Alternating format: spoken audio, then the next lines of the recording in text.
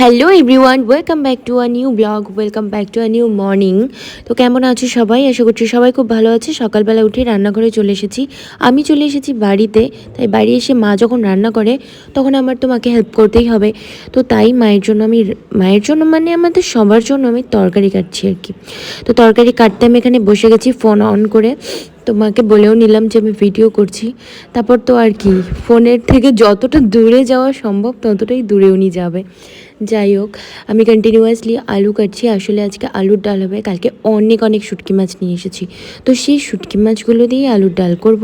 মানে আজকে শুধু শুটকি মাছ রেসিপি হবে। ভাবো, আমার তো শুটকি মাছ খুবই ভালো লাগে, আর আমি এটাকে মানে আমার খেতে প্রচণ্ড ভালো লাগে, বলার মতো না। বাট খেলে তো প্রবলেম হবেই। তো যাই হোক, শুটকি মাছের জন্য সব কিছু রেডি করছি।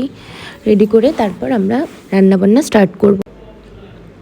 আর এই হচ্ছে এখানে আলু টমেটো সবগুলো আমি কেটে নিচ্ছি। কেটে এটাকে ভালো করে মশলা দিয়ে করে তারপর আর এই হচ্ছে শুটকি মাছ, এত বড় বড়। তো এগুলো দিয়ে আমি পুরো প্রসেসিংটা করব। তো চলো এবার রান্নাবান্না স্টার্ট করা যাক।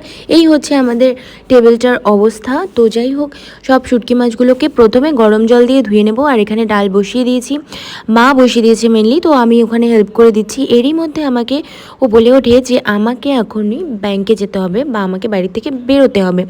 তো আমি তাড়াতাড়ি করে রেডি হয়ে নিচ্ছি। মাকে বললাম ঠিক আছে তুমি রান্না করো, আমি চললাম। তো তারপর আমি ফটাফট করে রেডি হয়ে নিলাম, আর এই আমার রেডি হওয়া শেষ। তো এবার আমরা চলবো। তো চলো বেরোনো যাক।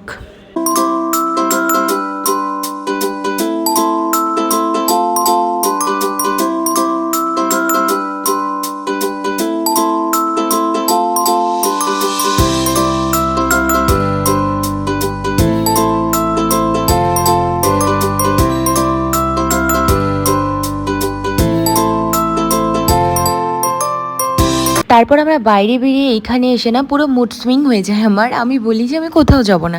তো ও বলি এ বাবা কোথাও যাব না মানে এখন তো যেতেই হবে। তো আমি বললাম যে না, অনেক লেট হয়ে গেছে, অলমোস্ট তখন 3টে বেজে গেছে। তো তারপর আমার আর কোথাও যাওয়ার ইচ্ছে হয়নি। তো আমি ভাবলাম কিছু বাড়ির জিনিস দেখা যাক। তো একটা ফার্নিচারের দোকানে চলে আসলাম।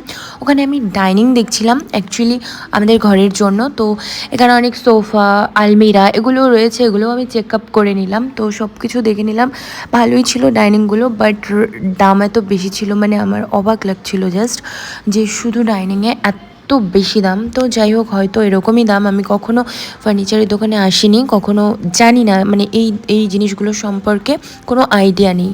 তো যাই হোক, একটা আমাদের পছন্দ হয়েছে, আর সেটা শুধুমাত্র আমরা দুজন দেখলে হবে না, ফ্যামিলিকেও দেখতে লাগবে। তাই বাড়িতে ফোন করে জেনে নেওয়াটা বেশি দরকার। তো আমি সেটাই করছিলাম। আর তারপরে আমরা এই গ্রসারির দোকানটাতে চলে আসি, দেন এখানে আইসক্রিম খাই। আর এইভাবেই সব কাজ নষ্ট করে আমরা চলে আসি, অ্যান্ড তারপর বাড়িও চলে